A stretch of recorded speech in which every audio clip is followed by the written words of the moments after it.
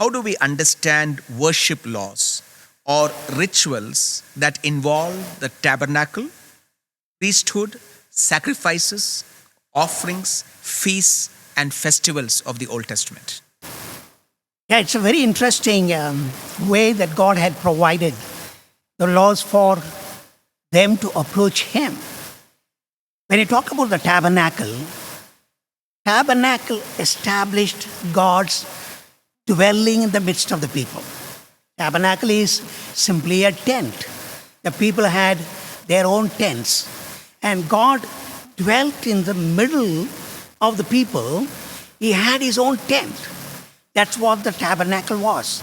And so the tabernacle actually indicated God's presence.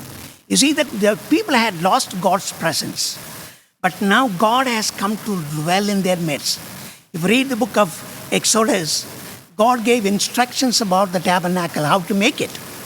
And then the book of Exodus ends with the establishment of the tabernacle. And the clouds overshadowed the tabernacle, indicating now God has come to dwell in their midst. If you look at the next book, Leviticus, it begins by saying God began to speak from there. So there is a very clear relationship God had established between Him and His people. He came to dwell in their midst, and then God began to speak to the people so that the people would interact with God, understand what God expects from them, and live in that awareness that God is living in their midst. And you'll find the laws that God gave. Many of these laws as to their morality, ethics, and all that. When you look at that, you will find when the people saw the presence of God, where there was an offering, like the burnt offering, it is given 24/7 on the altar, the fire will be up, the smoke will be going to heaven. And the people could see visibly the fire and the smoke 24/7. At the same time, they can even smell the offering, the smell of flesh. And what actually gave to them was they could sense the presence of God. And therefore, when they can sense the presence of God, there is that fear and that God is present there. God is holy.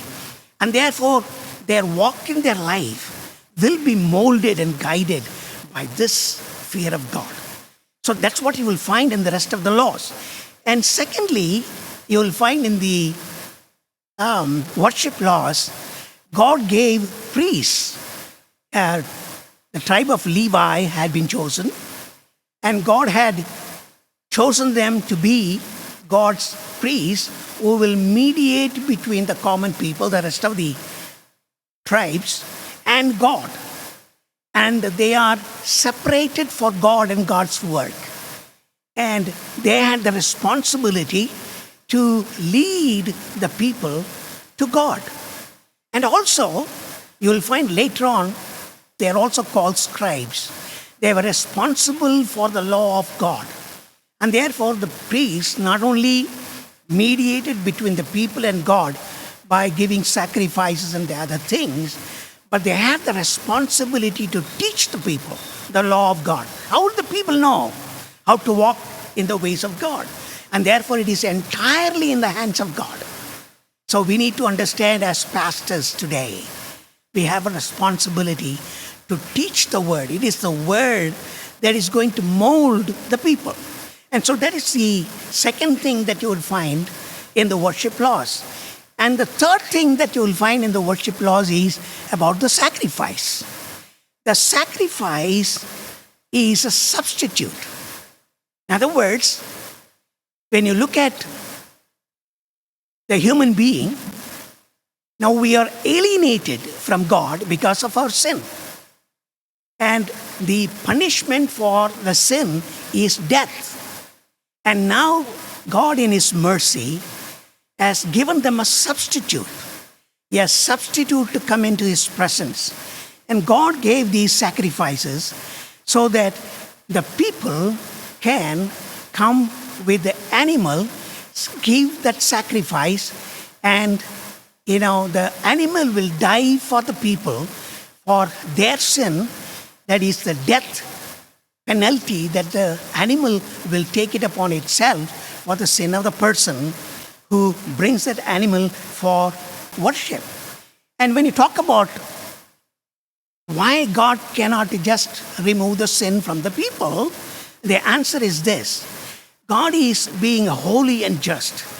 He cannot abrogate his own justice system. God's own justice system is you will die for the sin. That's a justice system. He cannot just cancel that justice and allow the people in his presence with their sin. But here is the substitutionary law that God had given, by which the people can come into his presence. At the same time, God can punish that substitute for the sake of the believer who comes in God's presence. So we have this worship law that brings people into God's presence, and God had given the people a means by which they can come, and that is the sacrifice. By that means, they can come to God's presence.